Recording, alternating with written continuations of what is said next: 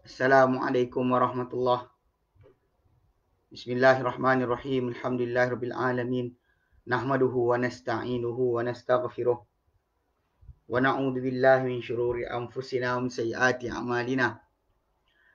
Man yahdihillahu fala mudilla lahu wa man yudlilhu fala hadiya lahu.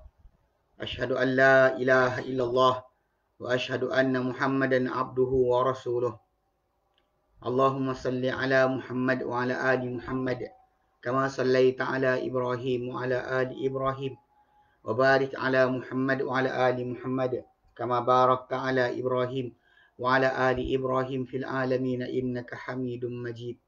Rabbi shrah li sadri wa yassir li amri wahlul 'uqdatam min lisani yafqahu qawli, amma ba'd.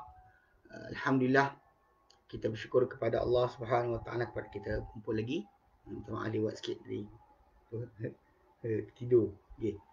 Jadi kita syukur Allah Ta'ala dapat kita kumpul lagi, dan hari ni insyaAllah menyambung kelas pengajian kita yang kita dah mulakan hari tu berkenaan dengan bukti-bukti Rasul SAW dan mukjizat baginda yang kita ambil pendahuluan, dan kemudian bahagian pertama itu berkenaan dengan berita-berita gembira dan kitab terdahulu, berita-berita gembira tentang Nabi SAW dan kitab terdahulu, dan kita sebutkan berkenaan dengan ciri-ciri ataupun kedudukan Nabi SAW dan kitab terdahulu, dan terakhir kita ambil itu kita bincangkan berkenaan dengan tempat di mana baginda diutuskan.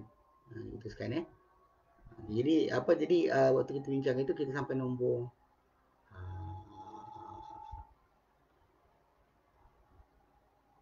kita habis sampai bahagian berkenaan dengan tempat utusan. Kita masuk tu sikit berkenaan dengan tajuk sifat baginda. Hari ni kita masuk sifat baginda SAW. Okay. Baik. Siapa ada buku muka surat yang ke-28. Last kita bincang sampai 27. 27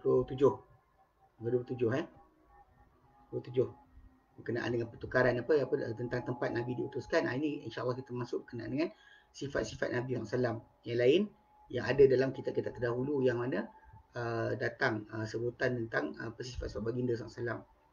Ini kita kata benda-benda ni tadi antara perkara yang menjadikan siapa yang ada di kalangan ahli kitab zaman terdahulu memang melihat Nabi SAW, dia kenal baginda. Okay, insyaAllah kita bincangkan. So surat yang ke-28. Baik. Berkata pengarang kita, Hafizahumullah, SWT pelihara mereka, sifat baginda SAW, sifat baginda SAW. Okay, ciri ini sifat baginda. Dia ketika mana kita bincang itu tentang siapa masuk Islam dengan berita gembira, kita sebut macam Zaid bin Sa'nah. Zaid bin Sa'nah, pendeta yang dia test Nabi untuk tahu ada tak pada Nabi sifat yang dia dah baca dalam kitab dahulu. Salman Al-Farisi pun sama. Islam dia test Nabi dulu. Dia tengok Nabi makan hadiah tak makan sedekah. Mari makan hadiah tak makan sedekah. Okay, so jadi antara sifat lain ada lagi kita bincang hari ni. Baik, sifat baginda sallallahu alaihi wasallam. Okay, antara sifat baginda ialah baginda butuh huruf. Yang butuh huruf ni maksudnya tak boleh membaca, dan telah kita bincangkan pada lalu. Ia baik untuk Nabi tapi tidak mulia untuk kita. Kalau dapat like guru atau ustaz ke mengajar butuh huruf, kita jangan belajar. Dia tak erti baca kitab, betul awak belajar dengan dia buat apa? Yang kata sama dengan Nabi. Sebab Nabi SAW diberikan Allah Ta'ala sikap atau ciri-ciri tersebut untuk hujah ke atas kaum baginda sendiri atau kaum yang mempunyai ilmu tentang kitab, bahawa baginda SAW ni memang tidak ada sumber ilmu kecuali daripada wahyu Allah Ta'ala. Sebab tu Allah jadikan Nabi tidak boleh membaca. Adapun para sahabat Nabi SAW disuruh oleh Nabi SAW untuk menulis dan membaca. Bahkan Nabi pernah jadikan menulis kebolehan untuk membaca dan membaca dijadikan sebab kalau untuk pembebasan orang-orang musyrikin yang ditawan dalam perang Badar. Mereka bebaskan diri dengan cara ajarkan umat Islam membaca. So basically kalau kita panggil situ, kepentingan membaca tu jelas. Tapi Nabi SAW telah kekalkan sikap berkenaan. Okay, baik. Atau ciri-ciri tersebut. Okay, terlalu penjelasannya. Okay. Kemudian seterusnya, sebagaimana disifatkan dalam kitab Aizayah. Aizayah Il-Jasa' dalam chapter 21 verse 6 dan 7. Bahawa baginda SAW menunggang unta. Bahawa baginda itu menunggang unta. Dan perkara ini adalah petunjuk bahawa baginda berasal dari padang pasir. Demikianlah keadaan Muhammad sallallahu alaihi wasallam. Mana dalam kitab Isaiah, Ilyasa memang datang berita tentang Nabi akhir zaman tu, dia datang naik unta. So, dan itu gambaran, dia simbolik atau metafor berkenaan dengan tentang Nabi yang akan datang tu daripada kawasan mana ataupun apa sifat dia. So dia kata apa? For thus had the Lord said unto me. Dan demikianlah Tuhan telah berkata padaku. Dia kata pergi, go, set a watchman. Pergi, tempatkanlah seorang peninjau. Let him declare what he sees. Beritahu, biarlah dia beritahu apa dia nampak. And he saw a chariot of a couple of horsemen. Dan dia melihat pasangan-pasangan orang berkuda. Chariot of asses, pasukan keldai. Chariot of camel. Dan dia kata apa unta.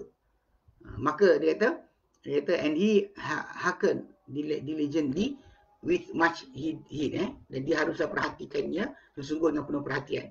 So tertib, dia kata pada penghujung tu pasukan unta tu, dia kata itu simbolik. Mereka sendiri sebenarnya kata ini adalah simbolik berkenaan dengan ciri-ciri Nabi yang diberitakan Nabi Ilyasa. Tapi bila kita lihat sifat atau ciri unta tersebut hanya kena dengan Nabi Muhammad SAW, bukan dengan Isa. Isa digambarkan menaiki keldai. Okay? Tapi digambarkan Muhammad SAW dengan menaiki unta. Itu jelas. Kenderaan utama baginda SAW di kawasan tanah Arab ni adalah unta. Sedangkan di kawasan macam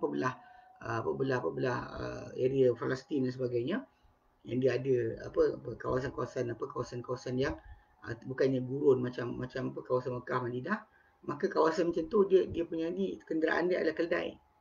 Maksud itu yang tersebutlah berkenaan dengan tajuk tu. Baik. Kedua, disifatkan mazmur. Mazmur ni dia panggil mazmur, dipanggil Psalm of David. Atau nama dalam buku dalam kitab dalam bahasa Inggeris, Psalm, mana apa yang diberi kepada Daud alaihissalam. So dia kata bahawasanya the king of Tarshish and the I shall bring present. The king of Sheba and Seba shall offer gift. Dia kata Raja Tarsis dan pulau-pulau akan bawa persembahan kepadanya.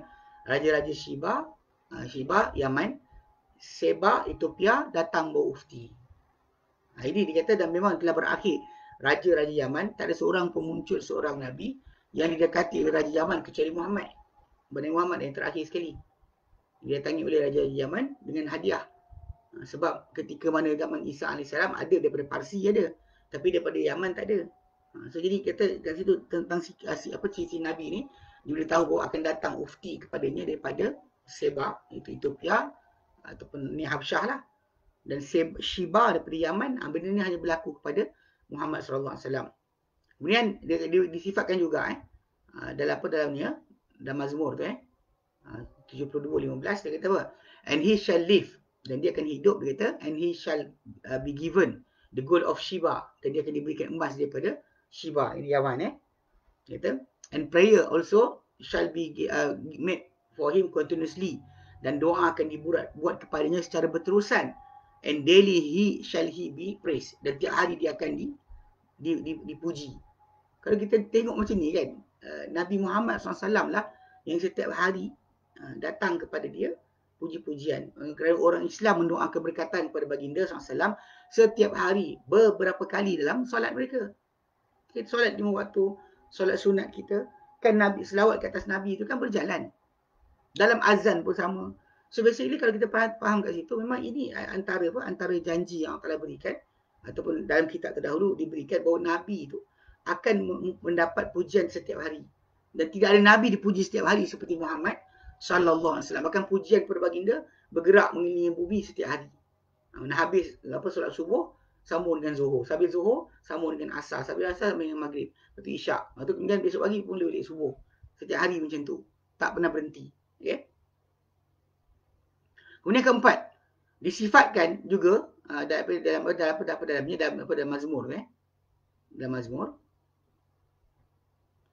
45 rangkap 3, 45 rangkap 3 tentang sifat Nabi ni, dia kata bahawa baginda SAW, Nabi tu memikul pedang, dan dalam juga terdapat apa yang berikut, bahu dia melontar dengan anak panah. Dia kata gird thy shot upon thy thigh, maknanya ikatlah pedangmu di pinggang. Dia kata oh most mighty, wahai raja perkasa, with thy glory and thy majesty, dengan kau apa keagungan kau dan juga kemarakan kau. Dia kata and in thy majesty ride prosperously, dan dalam majulah yang kegagahanmu, tujulah perjuangan kebenaran, because of the truth and meekness, kerana kebenaran dan juga keadilan. Yang lembut, dia kata, and righteousness, dan juga kelembutan, dia kata, and thy right shall teach thee terrible things, dan kekuatanmu, dia kata, dan tangan kananmu, dia kata akan merebut dan mendapatkan benda-benda kemenangan yang besar. Dia kata time arrow are sharp, panahmu amat tajam, dia kata, in the heart of the king's enemy, pada jantung musuh-musuhmu, raja musuhmu. Okay. Dia kata whereby of people fall under thee, dan bangsa-bangsa jatuh di hadapanmu. So dia berikan gambaran berkenaan dengan Nabi tu, ataupun yang dijanjikan dalam Mazmur tu, dia akan berperang menggunakan pedang dan juga panah. Dan telah pun tamat era atau zaman tersebut. Dan telah pun tamat era dan zaman tersebut. Maksudnya kalau orang tu nak tunggu sekarang, janji dalam Mazmur ni tak dapat dah lah. So benda tu telah pun berlaku, dan apa yang disebut oleh Nabi SAW, apa yang terjadi Nabi telah pun terjadi, dan memang dialah yang dimaksudkan dengan apa yang disebut, macam kita bincangkan berkenaan keturunan bangsa dia keturunan Ibrahim AS, anak Ismail. Memang dia anak Ismail lah. Mana ada anak Ismail yang lain yang hebat dan juga berjaya seperti baginda SAW. Ini jelas baik. Itu dalam Old Testament. Dalam Matthew yang ni kalau New Testament, dia dalam Matthew telah datang dari Injil Matthew, dalam Matthew 21:42-43. Sifat baginda adalah batu yang menyempurnakan binaan kenabian. Sifat Nabi ni macam bata yang menyempurnakan binaan kenabian. Okay. Dia kata apa? And Jesus said unto them, and Isa berkata kepada mereka, kata, did ye never read in the scriptures? Apakah tidak pernah kalian baca dalam kitab-kitab? Kata, the stone which are by builders rejected, batu yang pembina-pembina telah buang. Telah buang. And the same is become the head of the corner. Itu batu yang sama itu akan menjadi asas atau bucu bagi binaan. Dia kata, this is the Lord doing. Inilah kerja Tuhan, dia kata, and it is marvelous in our eyes. Dan dia adalah sangat menakjubkan, ajaib di mata kita. Okay. Sebab memang kalau kita buat binaan bangunan, kan memang bila orang buat bata, sampai dekat bucu ujung tu, bila nak bagi penyambung, dia akan pecahkan dulu, dia buang dulu. Tapi jadi dia ambil bata tadi, masukkan balik kat situ. Bata dekat bucu, untuk ujung bucu bangunan, yang menyempurnakan binaan menjadi 4 segi. So bata ujung tu dia akan masukkan balik. So Nabi Isa kata, kau tak nampak ke? Dia kata, Tuhan buat macam tu juga. Dia kata, therefore, oleh kerana itu, I say unto you, berkata aku pada kalian, the kingdom of God shall be taken from you. Kerajaan Tuhan akan diambil daripada kalian, and given to a nation, bring in forth the fruit thereof, membawakan hasil-hasilnya. Jadi ini yang kita kata terjadilah, memang diberikan lah. Sebab tu Nabi sendiri SAW pernah berikan maksud yang sama. Nabi Muhammad SAW, umat Nabi SAW adalah umat buta huruf, yang tidak pernah mempunyai kedudukan di kalangan umat yang lain. Bangsa-bangsa dunia ni, kalau kita ingatkan, bangsa Arab, Allah Ta'ala gelar bangsa Arab tu, huwaladhi, macam ayat kedua surah Al-Jumu'ah.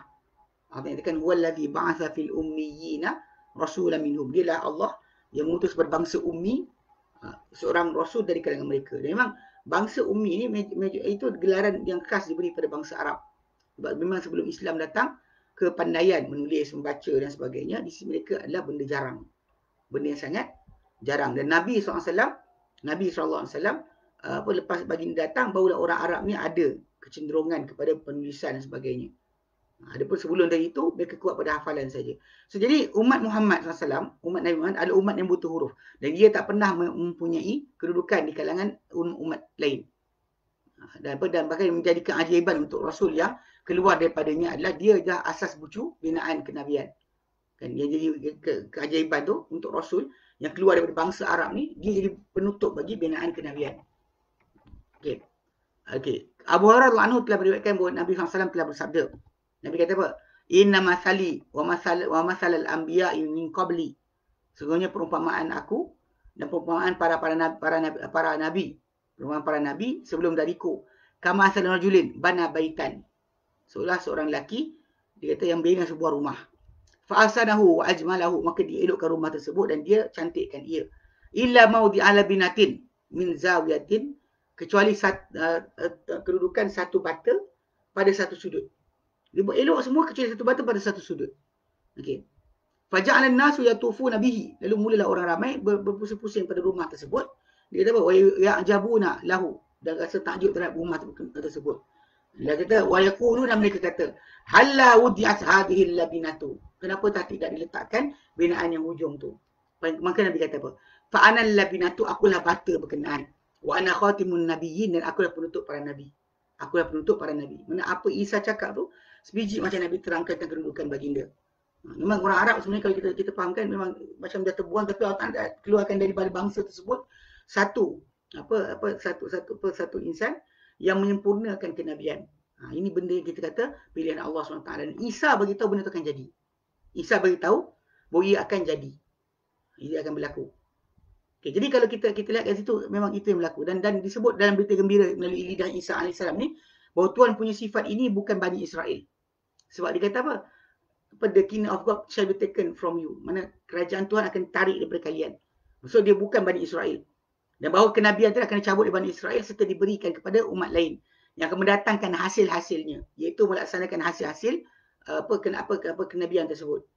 Dan dia kata, dan umat ini, dia kata, yang dahulunya hina di mata manusia adalah umat Muhammad SAW. Ini ada kalau kita tengok, saya pernah tunjukkan map of war. Kalau satu presentation ditunjukkan peta perang dunia, perang yang berlaku dekat dunia. Dia tumpukan pada kedudukan seluruh dunia lah. Dan Palestin menjadi tempat tumpuan sepanjang sejarah. Dan memang orang Arab pada zaman dulu tak pernah ada sebarang kemuliaan. Seriously. Ini kisah, kalau kita ingat balik kisah apa, bagaimana Umar bin Khattab tumbuk jatuh Abu Ubaidah bin Jarrah. Umar seorang yang tegas. Dan dia pernah sekali ketika mana dia datang nak ambil kunci Baitul Maqdis. Sebab bila penaklukan Islam sampai ke Baitul Maqdis, so penita-penita yang pegang kunci itu dia kata nak serah tapi kepada pemimpin umat Islam. So Umar datang berdua dengan dia punya guide, pemandu seorang, dan dia akan melintas sampai ke satu tempat di mana kena lintas sungai, dan Umar lintas, dan bukan jalan kaki yang tair Umar tak jalan tair. Umar berenang. Sebab tu kalau kadang-kadang bila kita perhatikan orang ramai manusia ni yang sibuk mencari kemuliaan ataupun karamah, kononnya bila berjalan tair tu orang tu dekat dengan Tuhan. Orang yang diorang agung-agungkan, muliakan tadi, takkan boleh besar banding Nabi SAW, takkan lebih besar banding para sahabat, terutama Abu Bakar, Umar, Uthman dan Ali, terutama Khulafa' Ar-Rasyidun. Mana mungkin kita kata contoh macam apa, Habib ini ke lebih mulia, Tok inilah lebih mulia. Mana ada orang macam tu lebih mulia banding para sahabat? Sebab orang buat haul, sambutan kematian. Sambutan kematian tahunan bersempena mati seorang wali. Kenapa tak buat untuk Abu Bakar dan Umar? Itu lagi besar. Takkan boleh besar dia punya pemimpin, orang wali yang dia ada tu mengatasi para sahabat. Hatta nilai Abu Bakar pun takkan boleh mengatasi nilai Abu Bakar, nilai Abu Hurairah sendiri pun. Abu Hurairah anhu punya nilai pun takkan boleh atasi. Dan macam orang kata, dia kasyafkan, nampak benda ni, nampak itu, nampak sekian kan. Abu Hurairah anhu, dia orang kepercayaan Nabi SAW. Yang Nabi suruh jaga taman sedekah. Pada malam dia menjaga taman sedekah, datang syaitan menyerupai manusia. Dan dia wrestling kawan tu sampai menang. Untuk tangkap kerana orang tu datang curi taman sedekah. Abu Hurairah didatangi oleh lelaki berkenaan 3 malam. Dan dia tak tahu pun itu syaitan. Tapi orang zaman kita sekarang ni mengaku Tok Guru dia hebat. Mata kasyaf dan sebagainya. Pelik kan? Itu kepelikan berlaku. Jadi Umar lintas sungai tu, dia mengenang. Sampai tebing, Abu Ubaidah bin Jarrah puji Umar. Dia kata, ya Umar, anta Arabul Qahd. Dia kata, wahai Umar, kau Arab tulen. Dan orang Arab boleh berenang kan? Pelik. Tapi bila Umar berenang, Lepas tu dia orang duduk padang pasir, mana ada sungai. Habis-habis pun lupa air. Lupa air bukan kawasan besar untuk berenang. So orang berenang, bila orang berenang, Abu Ubaidah puji Umar tumbuk. Tumbuk kat dada dia jatuh. Bila jatuh, Umar kata, engkau yang cakap. Dia kata, kalau orang lain lagi teruk aku buat. Betul Umar kata kan, Umar kata kita ni kan, orang Arab kan, dimuliakan Ta'ala dengan Islam.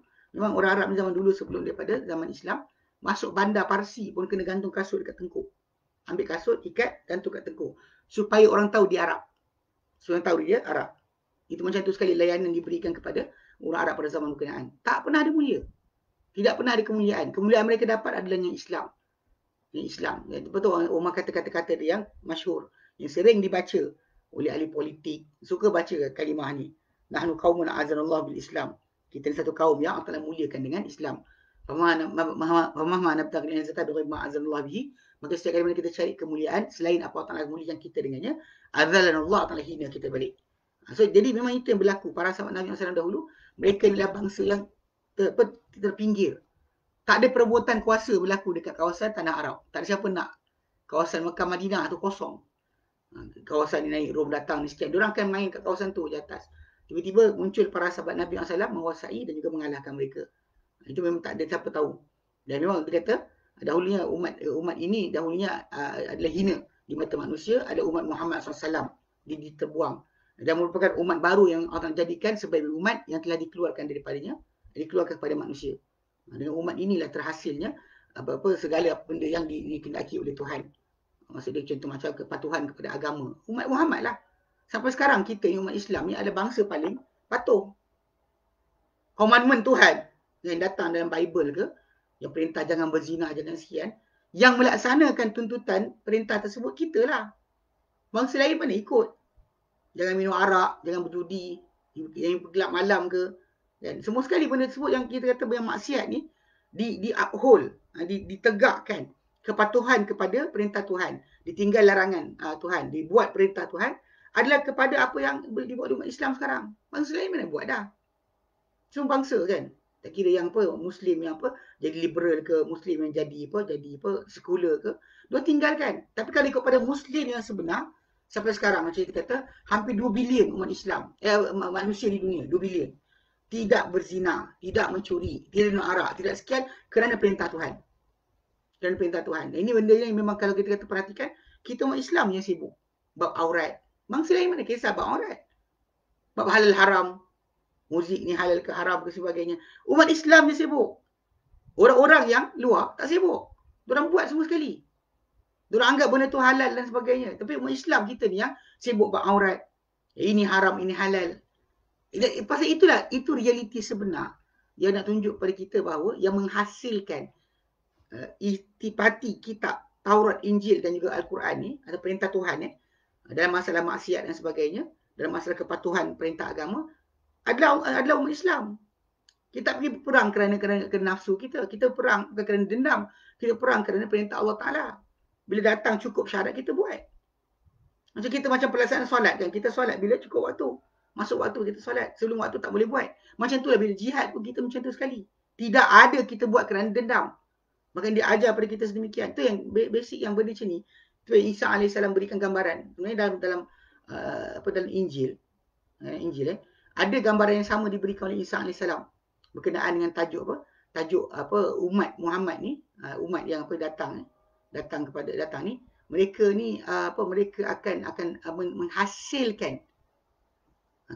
menghasilkan apa yang dikehendaki oleh Tuhan. Saya lupa. Dalam buku ni tak ada.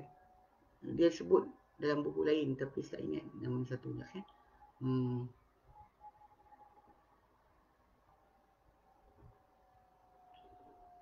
Okey.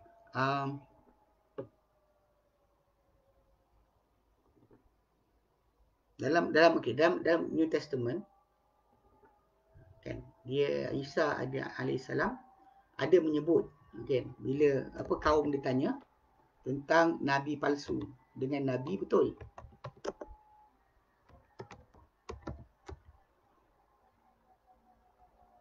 Okey. Dia pasal Isa alaihissalam akan bagi tahu akan ada banyak nabi palsu. False prophet.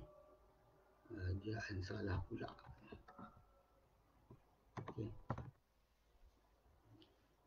Okey. Okey, dia dalam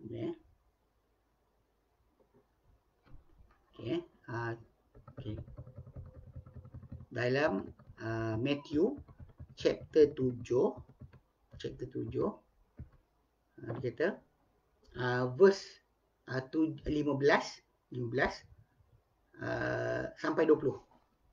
Saya baca saya baca. Ni bukan nak ajar Bible tapi nak fahamkan kadang-kadang bila kita tengok macam mana bila contoh macam apa Syekh Ahmad Didat rahimahullah, Dr. Zakir Naik, bila diorang sebut perkara-perkara ni, orang yang terpelajar di kalangan pengkaji Bible, diorang terpaksa angkat tangan dan kena sujud. Dia takkan keluarkan hasil yang lain. Walaupun kita pada satu sudut, sebagian orang melihat Dr. Zakir Naik ke ataupun Syekh Ahmad Didat ke agak agresif. Agresif tu maksud dia cara dia berhujah dan berdebat tu agak kasar. Bahkan sebenarnya kasar dia tadi kepada pendeta ataupun rahib dan sebagainya, ataupun televangelis ke atau pastor yang memang sengaja cari keburukan Islam. Kalau diorang nak dialog biasa, diorang mungkin lebih berlembut, tapi bila datang macam tu, dia hujah dengan kuat lah. Dia nak zahirkan. Kadang-kadang dalam konteks masalah debat ni, kita tak nak tunjukkan orang tu bodoh. Tapi kalau dia tak faham dia bodoh, kena tunjukkan dia bodoh lah. Kena tunjukkan dia bodoh, baru dia faham dia bodoh. Okay, basically macam Matthew chapter 15 sampai 20 kan. Dalam tu memang gambaran Isa beritahu tentang hasil agama tu akan dihasilkan. Dia kata apa? Beware of the false prophets. Berjaga-jagalah kalian daripada nabi-nabi palsu, dia kata. Which come into you in sheep clothing. Yang datang pada kamu dalam sarung kambing. But inward they are ravening wolves. Tapi dalam mereka adalah serigala yang ganas. Ye shall know them by their fruits. Engkau akan kenal mereka melalui hasil mereka. Do men gather grapes of thorns or figs or thistle? Dia kata, adakah orang boleh kutip anggur daripada pokok yang berduri, daripada pokok ara ataupun pokok thistle? Mana boleh kan? Dia mesti pokok anggur, buah anggur lah. Even every good tree bringeth forth good fruit. Kerana setiap pokok yang baik akan hasilkan buah yang baik. But corrupt tree bringeth forth evil fruit. Dan pokok yang buruk, jahat akan mendatangkan hasil yang jahat, yang tak elok. A good tree cannot bring forth evil fruit. Pokok yang baik takkan keluarkan hasil yang tak elok. Neither can the corrupt tree bring forth good fruit. Macam tu juga tidak boleh pokok yang rosak bawa datang buah yang baik. Every tree has bringeth not forth good fruit, is hand down. Setiap pokok yang tidak boleh membawakan hasil yang baik, maka dia akan tebang and cast into the fire, dan akan campak dalam api. Dia kata whereby their fruit ye shall know them. Mana maksud dia apa? Iaitu di mana whereof, dengan itu melalui hasilnya kau kenal mereka. Lepas tu hasil, bila kita tengok hasil kan, false prophet, mana nabi palsu, kita kenal dengan sebab hasil dia lah. Semua orang mengaku, even macam cerita macam Kahak Al-Kadzab, mengaku jadi Rasul dan sebagainya. Tengok pengikut dia. Penipu, pembohong, pencuri dan sebagainya. Dia hasil tadi. Kepura-puraan. Atau contoh macam orang yang berkata, macam baru ni ada orang kata, kumpulan ni baik, warok dan sebagainya kan. Ada orang lah, bila saya cerita semalam bab tajuk jangan sesat. Orang ni saya kenal, dia SMS saya. Dia kata dia amalkan wirid inilah itu sebagainya yang ustazah dia bagi. Ustazah ni ikut orang ustaz sekian-sekian. Lepas tu saya post pada dia tentang tokoh yang disebut tu. Sembah kubur. Pergi kubur, doa kat kubur, rayu kat mayat, macam-macam dan sebagainya. Lepas tu dia kata, tapi kalau dia buat macam ni teruk, takkan VVIP pun ikut sekali. Saya kata dengan kakak tu, Kak, sejak bila VVIP ni jadi garis panduan, VIP atau VVIP, garis panduan, orang tu betul atau salah? Kita ada Quran, ada sunnah, ada ijma', ada qiyas. Nombor 5 bukan VVIP. Kita tak kenal kebenaran dengan orang ternama. Mana ada macam tu cara dia? Bahkan kalau ikut pada zaman para anbiya sebelum Muhammad SAW, bahkan zaman Nabi sendiri pun, yang banyak menentang ni adalah golongan malak, pembesar. Orang ternama ni yang banyak melawan agama. Orang bawahan biasa mudah ikut. Saya ingatkan dia salah benda ni. Akak punya ukuran dia macam mana ni, saya kata. Tapi dia kata benda tersebut hasil baik. Kalau hasil baik, kenapa dia orang sembah kubur? Kalau Tok Guru tu betul, saya kata, ajaran dia bagus, Kenapa hasil hujung tu geng-geng ni berguling kat kubur. Macam apa kumpulan macam dekat di Indonesia tu. Apa dia kata apa, Habib Munzir Al-Musawwar apa. Hujung lepas dia mati tengok kubur dia apa jadi. Pasal kita tengok Nabi punya pengikut atau para sahabat baginda SAW yang baginda train dan didik. Bukan membesarkan kubur lepas tu. Tak ada letak bunga kat kubur. Tak ada golek-golek kat kubur minta hajat. So daripada hasil kita kenal. So kalau dia kata ajaran guru tersebut macam tu lah. Kita dah cakap jangan pasal itu yang kisah dia. Sebab tu kan kenapa dalam surah Al-Quran Karim pun memang kita dikenali kan macam ayat-ayat apa ayat-ayat terakhir surah Al-Fatih kan. Beliau kata apa? Wa masalun fit Taurat kama dia kata dalika wa masalun fil Injil kazar'in. Perumpamaan umat Islam ni Muhammad dan pengikut dia seperti kazar'in. Akhrajatahu fa'azarahu fastagha fastawa 'ala suqi. Mana satu pokok yang akar dia masuk ke tanah, batang dia besar dan ini sebiji digambarkan pokok. Mana kalau Matthew 7:15 sampai 20 tu dan dibandingkan dengan akhir surah Al-Fatih tu sebiji. Gambaran pokok itulah diberikan kepada Islam ni ataupun kepada Muhammad sallallahu alaihi wasallam beserta dengan para sahabat baginda. Ini basic yang kita kena faham okey. So, jadi ni jadi saya pun pelik kan bila orang tu dia kata tapi baik warak. Lepas tu kenapa sembah kubur? Lepas tu ada cerita kelakar dia kata tapi ustazah ni dia kata pukul 3 pagi nangis solat. Saya kata akak tidur dengan ustazah ni ke? Ustazah tu dia kata tak. Habis akak tahu dia menangis macam mana? Dia telefon. Dia beritahu. Dia beritahu orang dia bangun. Kita inna lillahi wa inna ilaihi rajiun. Kita buat amal buat dia seorang dah lah.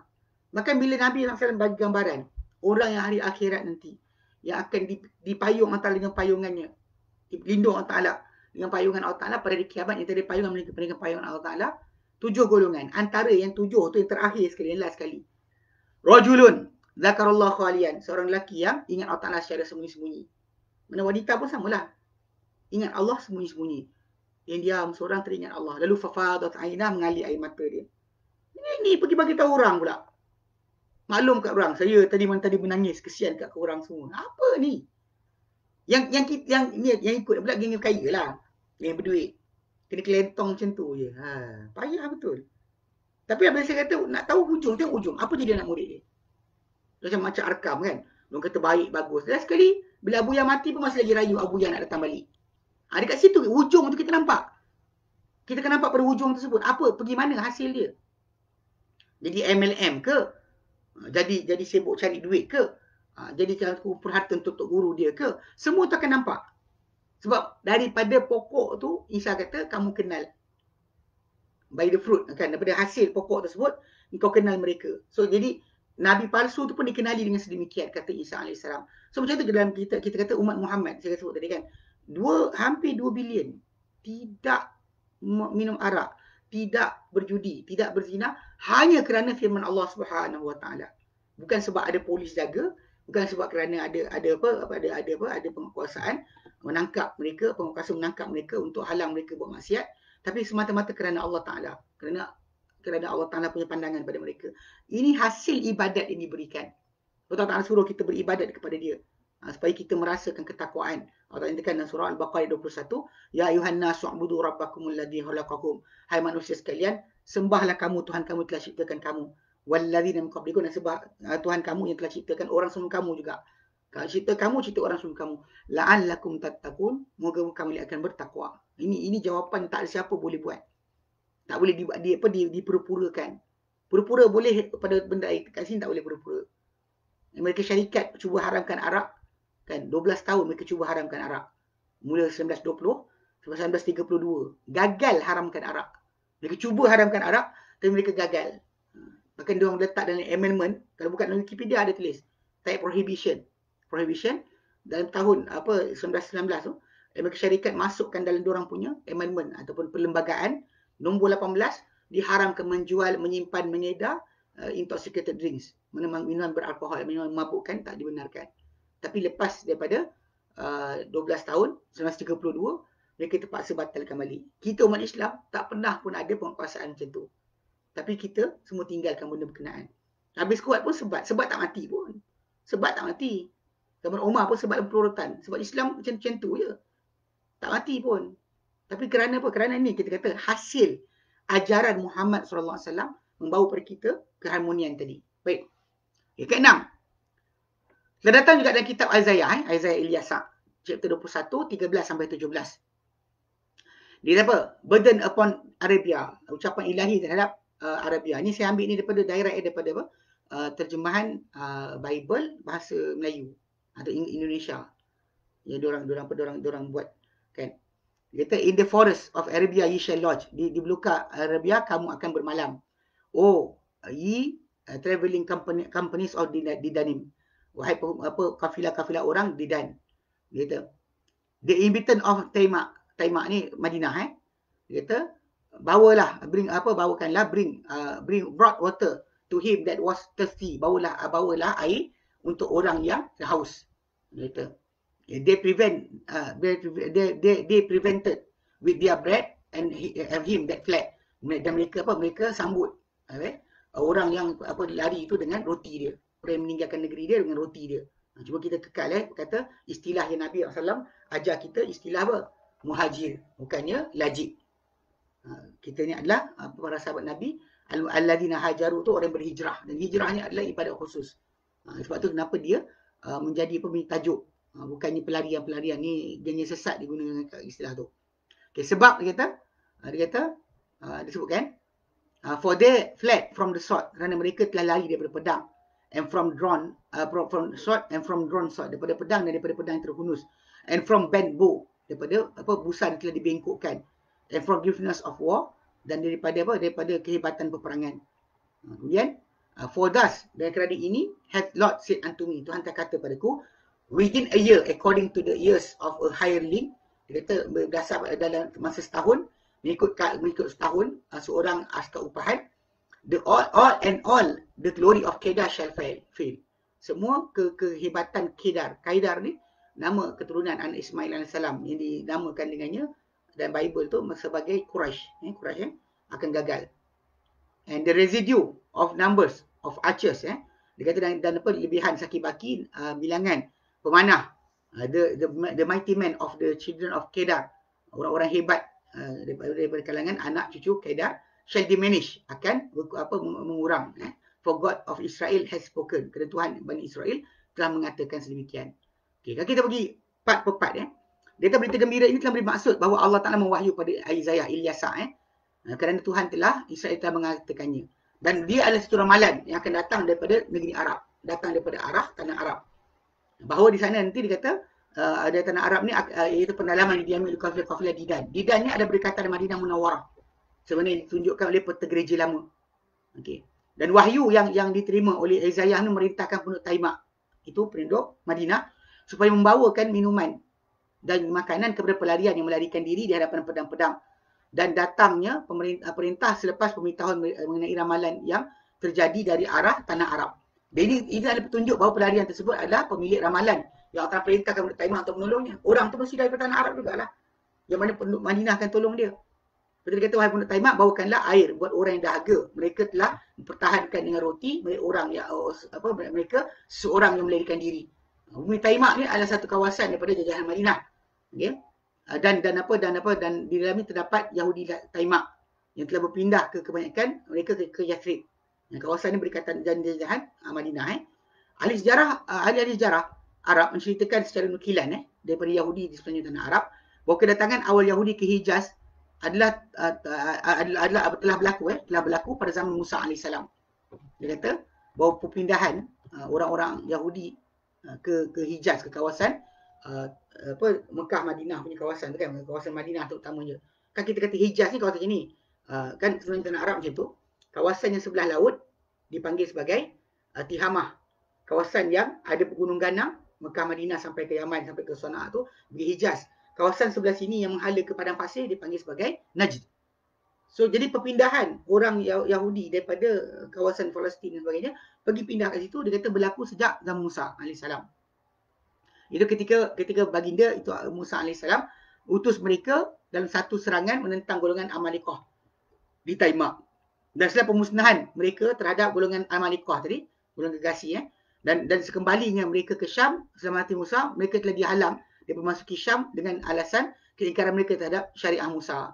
Kerana mereka membiarkan dia kata seorang anak raja, apa dia kata kerana membiarkan seorang anak raja Amalikah hidup tak dibunuh. Lalu mereka terpaksa kembali ke Hijaz, menetap di Taimah. Dan kemudian mereka pindah mereka ke Yathrib. Daripada Taimah tu mereka pindah ke Yathrib. Tunggu Nabi akhir zaman di situ. Maka penduduk Yathrib dari kalangan Yahudi, mereka adalah di kalangan ahli Taimah yang diarahkan dalam nas tersebut. Dan tarikh percakapan Isaiah ni untuk penduduk Taimah ni dalam kitab ni ada separuh akhir kurun ke-8 sebelum Masihi. Maksudnya dalam lebih kurang dalam dalam kurun ke-8 berapa ratus tahun dalam berapa tahun sebelum Isa alaihissalam. Sebab Masihi itu start Isa. Isa datang baru Masihi sebelum ni separuh akhir kurun ke-8 sebelum Masihi. Mana selepas Musa, selepas Daud dan Sulaiman, tapi sebelum daripada Isa alaihissalam. So, jadi ucapan tu dah sampai awal. Ramalan tersebut beritahu pada Isaiah atau Ilyasa bahawa pelarian tersebut telah lari daripada bersama-sama dengannya ada orang lain. Kerana mereka melarikan diri daripada pedang-pedang terhunus. Bukan seorang tapi grup. Kemudian ramalan berkenaan menyebut tentang kemusnahan berlaku terhadap kemuliaan Qaidar atau Quraisy. Selepas tahun daripada kejadian berkenaan. Dia kata demikianlah Tuhan Allah telah berkata dalam setahun mengikut tahun seorang yang diupah segala kemuliaan Qaidar akan gagal. Dan baki bilangan pemanah-pemanah orang gagah Bani Qaidar akan menyusul. Ini bertepatan berita gembira ini dengan Muhammad SAW dan dengan pembintahan baginda ke semenanjung dengan bidang Nabi dengan sesempurna ketepatan. Sebiji macam Nabi berpindah ke Madinah dan turun wahyu kepada Muhammad di tanah Arab, di pendalaman tanah Arab di Mekah dan di Madinah. Setelah baginda berhijrah daripada Mekah, daripada bumi Qaidar itu Quraisy.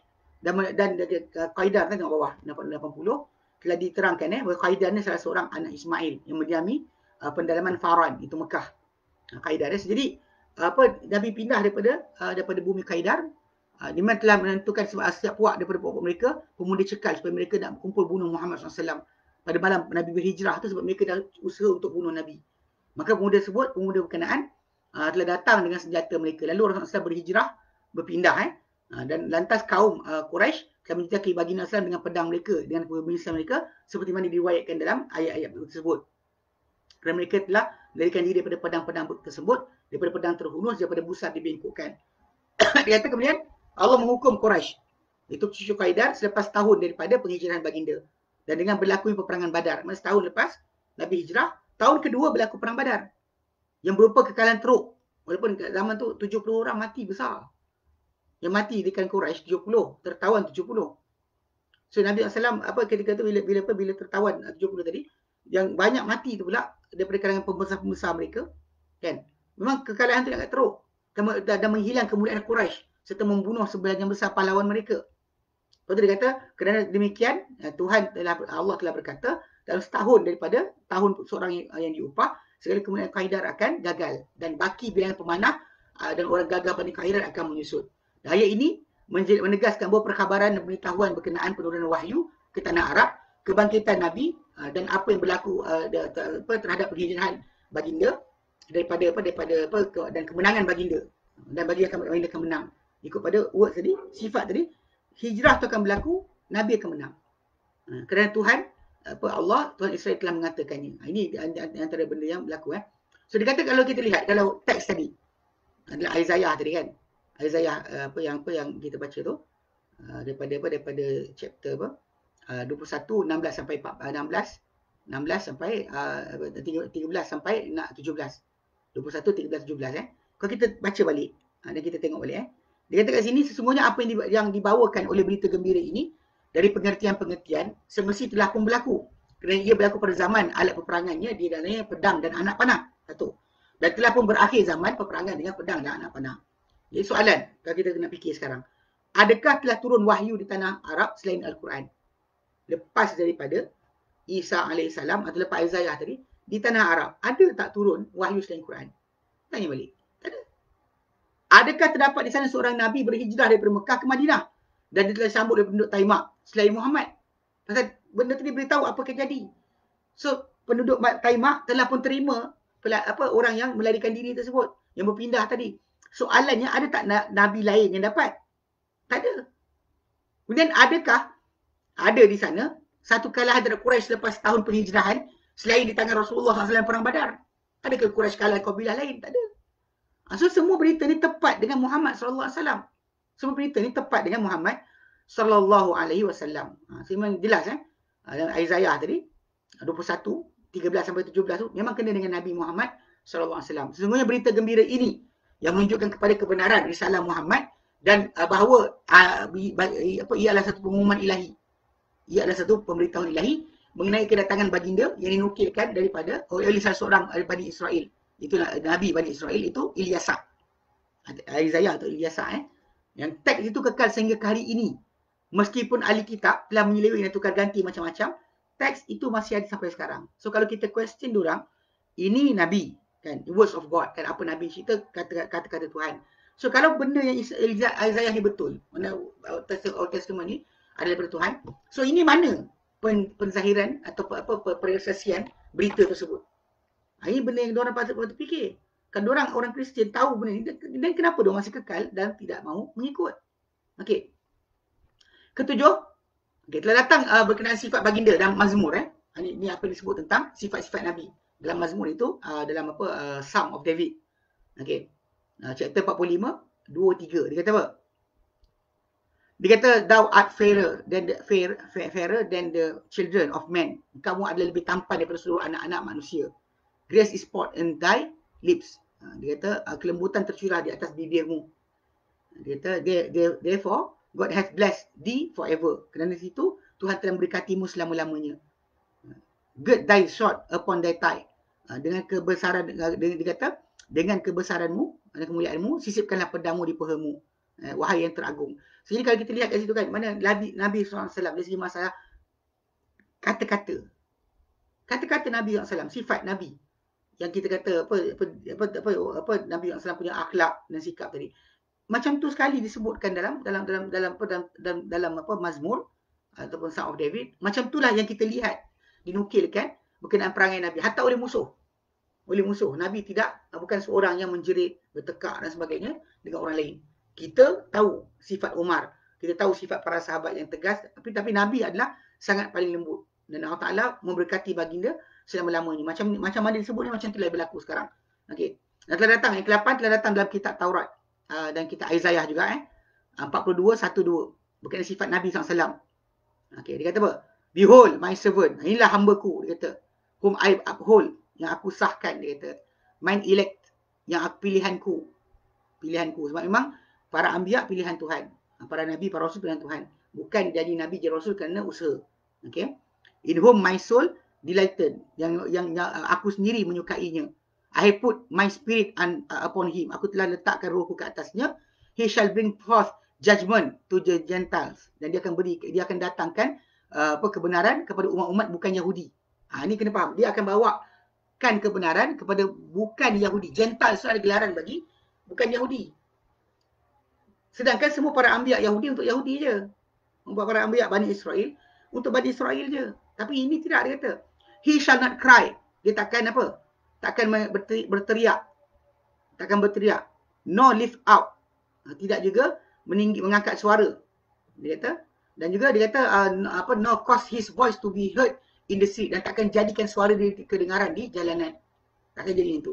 Dia kata, ini bertepatan dengan apa yang dinukilkan oleh salah sahabat yang mulia, Abdullah bin Amr. Daripada kitab Taurat yang beliau baca ketika zaman beliau. Atta' bin Yasar. Atta' bin Yasar telah berkata kepada beliau, kepada Abdullah bin Amr, radhiyallahu anhu, dia kata, khabarkan aku punya sifat Rasulullah SAW dalam Taurat. Beliau berkata, sudah tentu. Demi Allah, sebenarnya baginda benar-benar disifatkan dalam Taurat dengan sifat baginda dalam Al-Quran. Dan antara disebutkan, wahai Nabi, sesungguhnya kami telah utuskan kau sebagai saksi. Memberikan berita gembira dan juga peringatan serta benteng bagi orang-orang yang buta huruf. Dikau hamba-Ku dan utusan-Ku. Aku letak nama dikau Mutawakkil. Tidak keras, kasar, tidak berteriak di pasar-pasar, tidak juga membalas kejahatan dengan kejahatan, tapi memaafkan dan mengampunkan. Dan Allah tidak mematikannya sehingga dia diluruskan dengannya agama yang bengkok. Dengan mereka berkata, tiada Tuhan melainkan Allah, serta dibuka melaluinya itu agama, mata yang buta, telinga yang pekak, hati yang tertutup. Ini datang disebut sedemikian. Tengok footnote 85 85. Berteriak tu maksud dia menjerit lah, bertengkar. Ni riwayat ni keluar dalam Bukhari. Kita berbuyuk kan, apa dia kata, apa makruh, kemakruhan bertekak di pasar-pasar. Baihaqi dan Sunan Kubra, Ahmad juga dalam musnad beliau. So, memang hadis ni hadis yang sahih lah, riwayat ni sahih, yang mana sahabat Nabi ceritakan apa dibaca ketika zaman dia. So tu kalau kita perhatikan, macam kita sebut tadi kan, macam apa dinukil oleh Ibn Taymiyah, Ibn Qayyim, kan? Apa macam mana dinukilkan kita terdahulu, Imam Tabari ke, pada zaman mereka masih lagi ada saki-baki yang jelas tentang sifat Nabi. Cuma zaman sekarang tu dari makin hilang. Itu sifat Nabi secara keseluruhan. Baik. Seterusnya, yang ke-9. Bila datang berkenaan sifat agama yang dibawa oleh baginda SAW. Ini sifat agama Nabi bawa. Berikut, ada beberapa perkara yang kita akan baca kat sini. 1, 2, 3. Sekejap 4, 5. 5. Ada 5 perkara kita akan baca berdasarkan daripada kitab terdahulu. Sifat bukan sifat Nabi je, sifat agama Nabi bawa. Sebab tu kalau diorang tengok, diorang patut tahu. Okey, pertama azan. Azan kita bincangkan hari tu tentang seruan azan akan diangkat dengan nyanyian baru untuk Tuhan. Dalam Aisyah juga memang datang tentang tajuk macam mana azan tu dikumandangkan, dan itu adalah di antara bukti ajaran yang dibawa oleh Nabi yang terakhir ni. Kedua, solat. Solat dalam keadaan bahu-membahu, rapat bahu-membahu. Dia kata sudah datang Taurat, kitab Zafnayah. Okay, Zafnayah 3:9. 3:9 apa yang berikut? Dia kata, for then, nanti dia kata, untuk itu, sesudah itu nanti, will I turn to the people a pure language. Sudah itu dia kata, aku akan memberikan bibir lain. Mana bahasa lain, a pure language, aku bagi pada orang lain. Bukan pada bangsa ini, tapi bangsa lain. Yang ini bibir yang bersih, dia kata, that they may all call upon the name of Lord. Yang mana mereka akan boleh semua sekali memanggil nama Tuhan. Dia kata juga, dia kata to serve him in one consent. Untuk beribadah padanya bahu-bahu, rapat-rapat. Dalam gereja mana ada? Dalam Yahudi pun mana ada berbaris rapat. Macam tu mana ada? Perbarisan dalam solat kita tu adalah unik. Yang dijadikan khas untuk kita saja. Bahkan di Mekah kan, Kaabah Musharrafah. Bila kan orang datang dari berbagai bangsa, tapi telah diajarkan berkenaan berbaris tu dalam masa berapa minit je, bila berapa saat je. Bila iqamat dikumandangkan, Allahu Akbar, kan orang masuk saf, semua tahu kedudukan masing-masing, dan kedudukan berbaris tu telah disebutkan berkenaan dengan akan diberikan bibir lain kepada bangsa ni. Mana akan diberikan, aku berikan bibir lain kepada bangsa-bangsa. Ini bibir yang bersih. Ini bahasa Arab yang tulen. Arabiyyun mubin. Dan supaya semua orang memanggil nama Tuhan. Dan itu nama Tuhan dengan bahasa tersebut. Beribadah kepada Tuhan dengan apa? Bahu-bahu. Dan ini dalam Islam adalah ibadat. Dan bersatunya bahasa ibadat kepada Allah Ta'ala. Dan tadi bacakan Al-Quran dalam solat dengan bahasa yang satu, iaitu bahasa Arab. Mana ada bahasa lain? Bahasa Arab je lah. Serta mereka berbaris, bersaf, bahu-membahu. Ini maksudnya bahasa digunakan akan satu, tidak digunakan. Walaupun kita kata orang tu belajar Islam macam dekat sekalipun, dia tetap kena baca Quran dalam bahasa Arab. Tak ada bahasa lain. So bahu-membahu, dan ini semua sekali menunjukkan bahawa apa yang akan jadi daripada syariat berkenaan. Okay. Ketiga, pertukaran kiblat. Okay, sebenarnya dah datang dalam Injil John. John perenggan 4 baris 20-21. 4-21 seperti berikut. John Matthew, Mark, Luke and John, yang the fourth lah, buku Bible yang keempat, ataupun dikatakan Gospel according to John. 4:20-21 dia kata apa? Ini Isa AS pernah dia tegur seorang wanita, suruh alihkan arah ibadat kepada tempat lain, bukan kepada satu bukit. So seorang perempuan tu jawab balik pada Isa. Dia kata, our fathers worship in this mountain. Dia kata, atuk nenek kami, bapa kami menyembah di gunung ini. And ye say, dan kau kata that in Jerusalem is place where men ought to worship. Dia kata, tapi kau kata Jerusalem adalah tempat di mana manusia patut menyembah. Jesus said unto her. Isa berkata pada wanita berkenaan, woman, perempuan, believe me, ketahuilah, percayalah kepadaku, the hour cometh, masanya akan datang, when ye shall neither in this mountain nor at Jerusalem worship the Father. Engkau nanti tidak pada bukit ini tidak Jerusalem kau menyembah Tuhan. Maksudnya diberitahu pada wanita tu akan berlaku pertukaran arah peribadatan. Dan kita tahu bahawa peribadatan ni mesti bertukar dengan atas tangan Nabi je. Isa, Nabi terakhir Bani Israel, dia tak ubah. Isa tak ubah, tapi Isa beritahu akan berubah nanti. Okay, ini satu pengumuman bahawa kiblat akan beralih daripada Baitul Maqdis dan perkara tersebut tidak berlaku melainkan di tangan seorang Rasul. Seperti mana yang berlaku di tangan Nabi Muhammad bertepatan dengan perintah Allah Ta'ala dalam Quran dan surah Al-Baqarah ayat 144. Allah menyatakan a'udzubillahi minasyaitonirrajim qad nara taqalluba wajhika fis sama'. Kami telah lihat bolak-balik wajah engkau ke arah langit. Falanuwalliyannaka qiblatan tardaha. Kami pastikan alihkan kau hai Muhammad kiblat yang kau redai ia. Fawalli wajhaka syatral masjidil haram, maka alihkan wajahmu hai Muhammad ke arah Masjidil Haram. Wa haitsu ma kuntum, masih kamu berada, fawallu wujuhakum syatrah, alihkan wajah kamu ke arah Masjidil Haram. Wa innal ladzina utul kitab, dan orang yang diberikan mereka kitab, la ya'lamuna annahu al-haqqu min rabbihim, benar-benar mereka mengetahui perubahan kiblat ni adalah kebenaran dari Tuhan mereka. Wa ma Allah bighafilin amma ya'malun, dan tidak Allah Taala terlalai dari apa mereka kerjakan. Memang diorang tahu. Peralihan kiblat tu memang diorang tahu. Dan memang bila Isa tak pernah buat peralihan, siapa ada kuasa alihkan kiblat? Kalau bukan seorang Rasul. Sebab tu bila Isa tamatnya, Isa diangkat tanpa peralihan kiblat. Tetapi wanita dalam pernah direkodkan, Isa kata pada wanita berkenaan, nanti akan bertukar. Tidak di gunung ini, tidak di Jerusalem, orang akan menyembah Tuhan. Jadi memang dah berikan hint. Peralihan kiblat akan berlaku.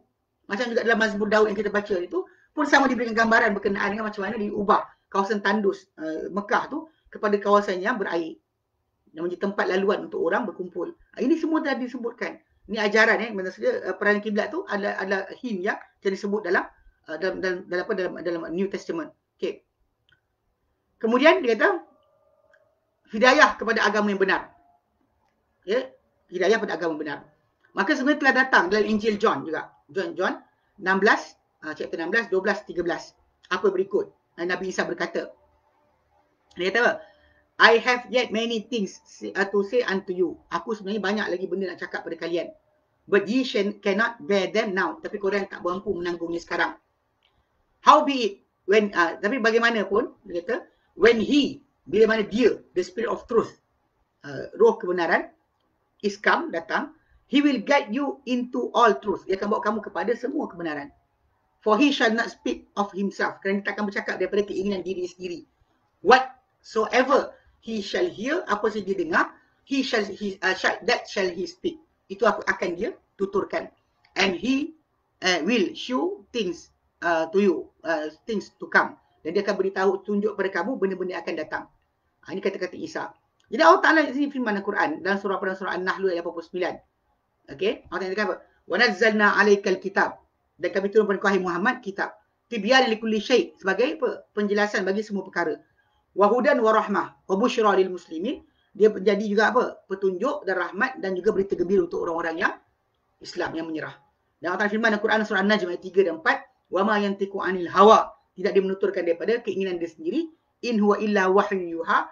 Tiadalah ia kecuali wahyu yang diwahyukan. Semua para anbiya dipandu dengan wahyu. Tapi Allah Ta'ala janjikan Muhammad SAW tuturan dia adalah daripada wahyu Allah Ta'ala. Sebiji macam Isa kata, dia takkan berkata daripada kehendak diri sendiri, tapi apa dia dengar itu yang dia cakap. Ini perbuatan Nabi Muhammad SAW. Ini yang Nabi SAW buat. Dan bahkan inilah kita kata, dia disebut kan, petunjuk pada kebenaran. Dan balik pada kes tadi Isaiah tadi, apa dalam Matthew, yang kita sebut dia 7, 15 sampai 20 tadi, yang Isa kata, daripada hasil kamu kenal dia. Mana hasil yang dibawa oleh Islam, kita ketahui Islam telah benar. So, Islam akan bawa kita untuk sembah orang atau ustaz atau guru. Bahkan tak ajar kita sembah Nabi Muhammad SAW. Islam datang untuk kita sembah Allah Ta'ala sahaja. Kan? Dan orang yang lain dia tak suka, dia tak faham kenapa, kita tak faham kenapa. Tapi kita tahu bahawa sebenarnya keputusan sebenarnya dalam Islam ni adalah kita balik pada Allah Ta'ala, bukan balik pada guru kita, ustaz kita. Tak ada diajar sedemikian pun. Yang sebab itu kalau orang tu kata apa keuntungan datang dalam Islam? Untung kita adalah bila orang tu menyembah hanya Allah. Sebab sentimen kita kepada Allah Ta'ala lebih besar sentimen daripada lain. Orang boleh kata tak setuju kita menyampah bapa kita ke, tak ada hal. Tapi pada Allah Ta'ala tidak sekali-kali. Kita tak boleh terima orang bersuka-suka hati untuk tidak mendengar perintah Tuhan. Kita terguris hati kita. Atau ada apa geng sesat sekarang apa membunuh atas nama Tuhan. Kita kan bunuh atas nama Tuhan. Allah Taala perintahkan kita buat, kita buatlah. Untuk contoh macam Nabi sendiri dia potong tangan pencuri tu kan. Ingat senang ke? Nabi SAW seorang yang sangat pemaaf, tiba-tiba nak kena potong tangan pencuri. Sampai dia kata kalau Fatimah binti Muhammad mencuri, aku potong tangan dia. Sebab dia kena laksanakan juga walaupun dia suka atau tidak. Yang ini yang saya perhatikan, orang tak faham. Kita buat sebab Allah perintahkan. Bukan kita buat kerana kita suka. Bukan kita buat kita kena judge orang. Allah Ta'ala perintahkan. Bukan Allah Ta'ala soal kita kenapa tak buat. Okay, itu yang keempat. Yang kelima, kita telah sebut tapi ini dah keluar daripada apa Bible dan Taurat daripada Old Testament kita keluar. Kelima telah sebut syiar agama baginda dalam kitab-kitab terdahulu.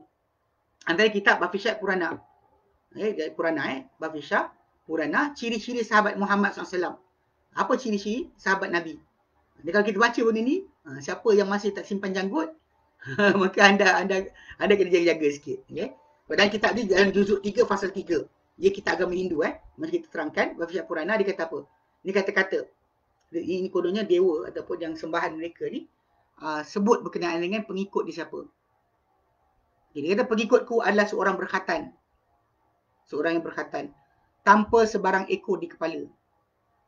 Tak ada, kat dia pakai tocang. Menyimpan janggut, melakukan jihad, mengumumkan seruan untuk sembahyang, akan memakan segala benda yang halal. Dia akan makan segala jenis binatang kecuali babi. Mereka tidak akan mencari penyucian daripada semak-semak suci. Semak suci dah apa dalam agama Hindu, kalau diorang rasa berdosa, dia ambil macam apa pokok-pokok renek yang tajam tu, gosok badan sampai berdarah. Okay. Tapi mereka akan disucikan melalui peperangan. Sebab peperangan mereka dengan bangsa-bangsa yang tidak beragama, mereka akan dikali sebagai Musliman. Serius. Even sampai sekarang kalimah Musliman tu digelar kepada orang Islam di India dengan panggilan Musliman. Bukan Muslim, Musliman. Bukan Salman Khan tu. Musliman tu, gelaran tu adalah Muslim. Aku akan menjadi pencipta agama untuk bangsa pemakan daging tersebut. Memang disebutkan berkenaan sifat tu. Memang datang. Sebutan berkenaan masalah Musliman tu nama Muslim. Bagi orang Hindu, dia bergelar Musliman. Sampai sekarang, Musliman dia tanya, awak Musliman ke? Muslim? Muslim tu kalimah Musliman. Dan itu memang dalam kitab Bafishat Purana disebut tentang sifat agama yang akan diwujudkan oleh dewa yang diorang sembah. Tapi ialah kita kata ini dengan perosakan berlaku, tapi diorang ialah orang India yang ada di Malaysia ke sebagai banyak tempat tak boleh baca kitab suci diorang. Sebab tu mereka tak tahu apa yang tertulis, lalu mereka bercakap lah. Tapi kadang-kadang bila macam ni kita cabar, bila kita kata dalam Bafishat Purana dan sebagainya, diorang rasa pening kepala sebab diorang tak boleh baca kitab. Terutama kalau kasta bawahan yang bukan kita letak, diorang pasal percaya agama mereka tak boleh baca kitab. Dan ini benda ni menyedihkan. Kalau mereka masuk Islam, tak ada kasta, tak ada pembahagian dan sebagainya. Sampai sekarang kasta masih berjalan. Saya ingat baru macam yang terakhir baru ni dalam beberapa bulan lepas. Dan ada kes satu family ni kasta berlainan kahwin. Anak-anak ni kahwin lah, dapat anak baru sebagainya, diorang balik kampung. Konon nak bawa pada bapak lah tengok dapat anak. Diorang rejam, satu kampung tu rejam mereka sampai mati. Ni kita kata ini jadi kes. Sampai sekarang masih lagi berlaku. Dan ini bukan benda kecil. Tapi kalau mereka keluar daripada kasta, mereka tinggalkan agama. Kasta tu adalah agama. Kasta mereka percayai itu adalah agama. Itu problem dia. Sentiasa meletakkan Brahmin di atas. Nak tukar status, tunggu mati. Mati, lahir balik nanti mungkin lahir sebagai orang yang baik. Okay, itu masalah dia. Okay. Dan telah datang dalam kitab Muhammad in the World Scriptures yang kita tunjuk tu. Buku ni. Muhammad in the World Scriptures. Muhammad in the Hindu, Buddha, Parsi Scriptures. Okay, buku ni Dia kata apa? Apa yang diterjemah oleh Ustaz Abdul Haq Vidyarthi dari kitab-kitab Zoroastrian berkenaan keadaan Muhammad dan sahabatnya. Dia disebut kan? Dia kata apa? Apabila perbuatan seperti itu dilakukan oleh bangsa, itu Zoroastrian, daripada kalangan Arab, seorang lelaki akan lahir. Yang daripada kalangan pengikutnya, mahkota dan tahta Parsi akan digulingkan dan dihina. Betul? Para sahabat naik, jatuh habis. Kan Parsi satu empire besar, kalah terus. Bahkan tak ada lagi kerajaan Parsi lepas tu. Dan orang yang angkuh akan menjadi tewas. Mereka akan menghadap sebagai ganti rumah berhala dan kuil api kepada rumah peribadatan Ibrahim. Mana tukar daripada sembah api pergi hadap ke arah rumah Ibrahim. Itu Kaabah lah yang Ibrahim bina. tanpa sebarang berhala dalamnya. Kiblat, dinamakan kiblat. Pada hari itu mereka akan menjadi pengikut Nabi Rahmat sekalian alam, penghulu bagi Parsi, Madian, Tus dan Balah, nama kabilah.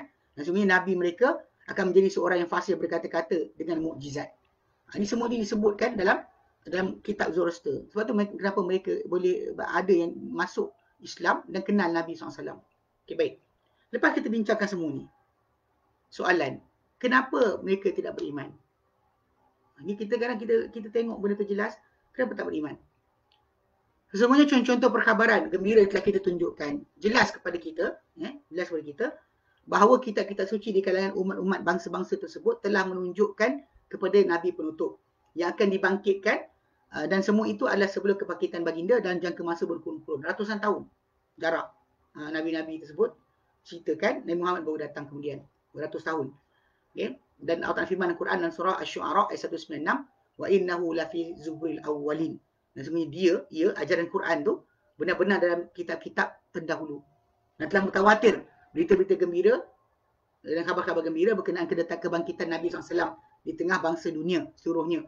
Dan itu semua dan semua utusan-utusan Allah Ta'ala telah beritahu kaum mereka mengenai Muhammad SAW. Lalu berita gembira dan juga kita ada dalam kitab dahulu ini telah menjadi sebab keislaman ramai manusia. Sebagaimana ahli kitab di kalangan Yahudi Nasrani juga telah menantikan putusan Muhammad SAW yang kita ceritakan macam mana mereka tinggal dekat Madinah untuk tunggu Nabi. Dan telah baginda dibangkitkan dan telah beriman dengan baginda siapa yang beriman di kalangan ulama dan pendeta mereka seperti Abdullah bin Salam. Kalau Allah Ta'ala nyatakan dalam surah Ahqaf ayat 10, qul ara'aitum, katakan Muhammad, kamu nampak tak? Cakap pada orang Quraisy ni, nampak tak? In kana min indillah, jika dia memang daripada Allah Ta'ala, wa kafartum bi, kalian kufur dengannya, tapi wa syahida syahidun min bani Israel ala mithlihi, sedangkan menyaksikan seorang saksi dari Bani Israel ke atas apa yang seumpamanya. Fa'amana, dia saksikan apa yang dia lihat tu, lalu dia beriman. Wastakbartum, tapi kalian orang yang tak ada kitab, orang yang tidak tahu kitab, tak tahu wahyu, kalian bersombong. Inna Allah la yahdil qaumaz zalimin, sebenarnya tidak berikan hidayah kepada kaum yang zalim. Bagaimana ada dalam ayat lain Allah Ta'ala katakan awalam yakul lahum ayatan ay ya'lamahu ulama Bani Israel. Adakah tak menjadi makin tanda mengetahuinya ulama-ulama Bani Israel. Semua kenal Nabi. Sebab tu saya kata macam geng-geng penipu, Nabi-Nabi palsu yang datang. Benda gagal diorang adalah tak ada seorang pun Bani Israel sekenal dia. Macam Kaha Al-Kazzab. Siapa kenal dia? Saya kata ayat Quran ni datang, kata Nabi yang datang, Rasul datang ni dikenali oleh Bani Israel. Dan kita buktikan dah, memang betul dia masuk Islam, ramai. Di kalangan Yahudi, kan, Yahudi dan Nasrani masuk Islam. Ahli kitab masuk Islam. Yang Kaha Al-Kazzab ni dan pengikut dia, apa bukti dia ni daripada Rasul? Yang ini Muhammad ada bukti. Allah tak sebut dalam Quran ada. Jadi benda sini kita kata ni fakta yang kita kena jaga-jaga sikit. Kadang-kadang orang yang sesat ni cuba nak mainkan sentimen, dia pun tahu kebenaran. Tapi tak. Pasal dalam kebenaran yang datang tadi, orang yang Allah janjikan datang dalam Quran ni adalah orang yang memang diiktiraf hatta oleh Bani Israel sendiri. Sementara terdapat di kalangan dari kitab juga mereka yang telah berpaling daripada agama Allah dan daripada mengikuti Muhammad SAW kerana zalim dan hasad daripada jiwa mereka. Mereka telah berdegil untuk musuhi dan benci baginda. Maka mereka telah pergi kepada nas-nas yang menerangkan sifat baginda dan mereka telah menyelewengkan serta mengubahnya. Mereka telah berusaha untuk menyembunyikan banyak daripada teks-teks yang benar daripada orang awam. Kan? Allah tersebut dalam Quran dan surah Al-An'am 91, taj'alunahu karatisa tubdunaha wa tukhfuna katsira. Kalian jadikan kitab Tuhan ni, kamu jadikan lembaran-lembaran kertas-kertas, lalu kalian tunjukkan sebahagian, kalian sorok lagi banyak. Allah sebut, kalian jadikan dia tulisan, kemudian kalian tunjuk pada orang, tapi kalian sorok lagi banyak. Lagi banyak kalian sorok. Allah sebutkan. Okay? Allah nyatakan surah An-Nisa ayat ke-46, minal ladzina hadu yuharrifuna al-kalima an mawadhihi. Dan dia kalangan orang-orang yang Yahudi, mengaku sebagai Yahudi, mereka mengalihkan kata-kata daripada kedudukannya. Allah firmankan juga dalam surah Al-Maidah ayat ke-13. Fa bima naqdihim mitsaqahum la'annahum wa ja'alna qulubahum qasiyah. Maka dengan sebab keingkaran mereka, pencabulan mereka terhadap perjanjian mereka, kami laknat mereka dan kami jadikan ke hati-hati mereka semuanya qalbu mereka semuanya keras. Yuharrifuna al-kalima an mawadhihi. Mereka mengalihkan kata kalimah-kalimah dari tempat-tempatnya yang sebenar. So penyelewengan dan pengubahan mereka berterusan sepanjang zaman sampai hari ini masih lagi. Versi baru Bible sentiasa keluar. Mereka cuba nak alihkan orang ramai untuk lihat kepada terjemahan yang mereka buat. Sedangkan kita sebutkan terjemahan bukannya betul. Sebab terjemahan ni pilihan bahasa. Sebab tu orang-orang Kristian, Yahudi sebagainya yang beragama, atau orang Hindu ke, Buddha ke sebagainya, diorang tak boleh tengok pada translation, dia kena tengok pada teks asal. So teks asal itulah yang akan memberikan guidance kadang-kadang kepada sebagian besar mereka ni untuk kenal kebenaran yang sebenar. Macam Dr. Zakir Naik kata, go to your scriptures.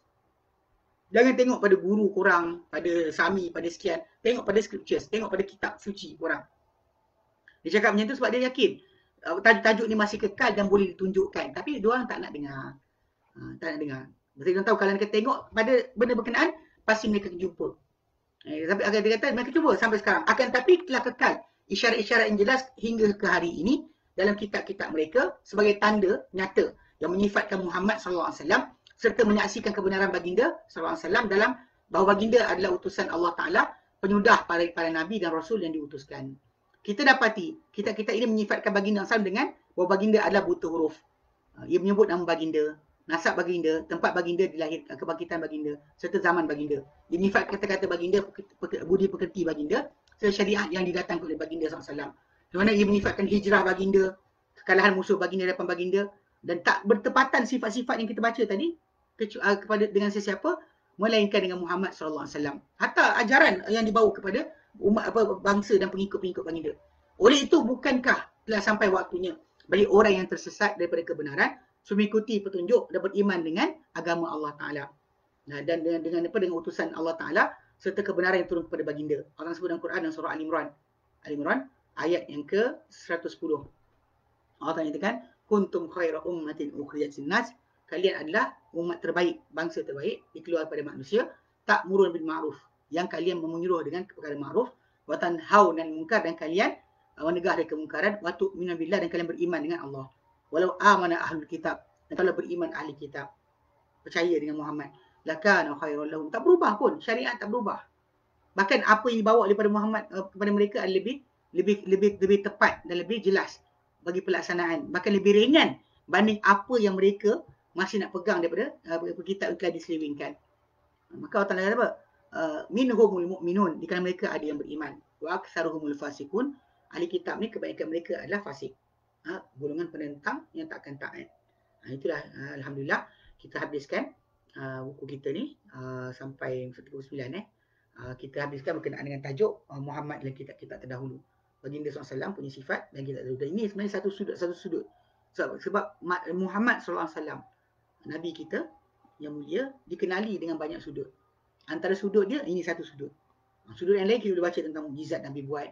Sudut yang lain kita tengok macam mukjizat Al-Quran yang Nabi bawakan. Macam mana perbandingan sahaja Al-Quran. Dia banyak sudut boleh dilihat. Bahkan orang yang belajar undang-undang nampak dia sudut undang. Orang yang belajar dari segi masalah akhlak nampak dia sudut akhlak.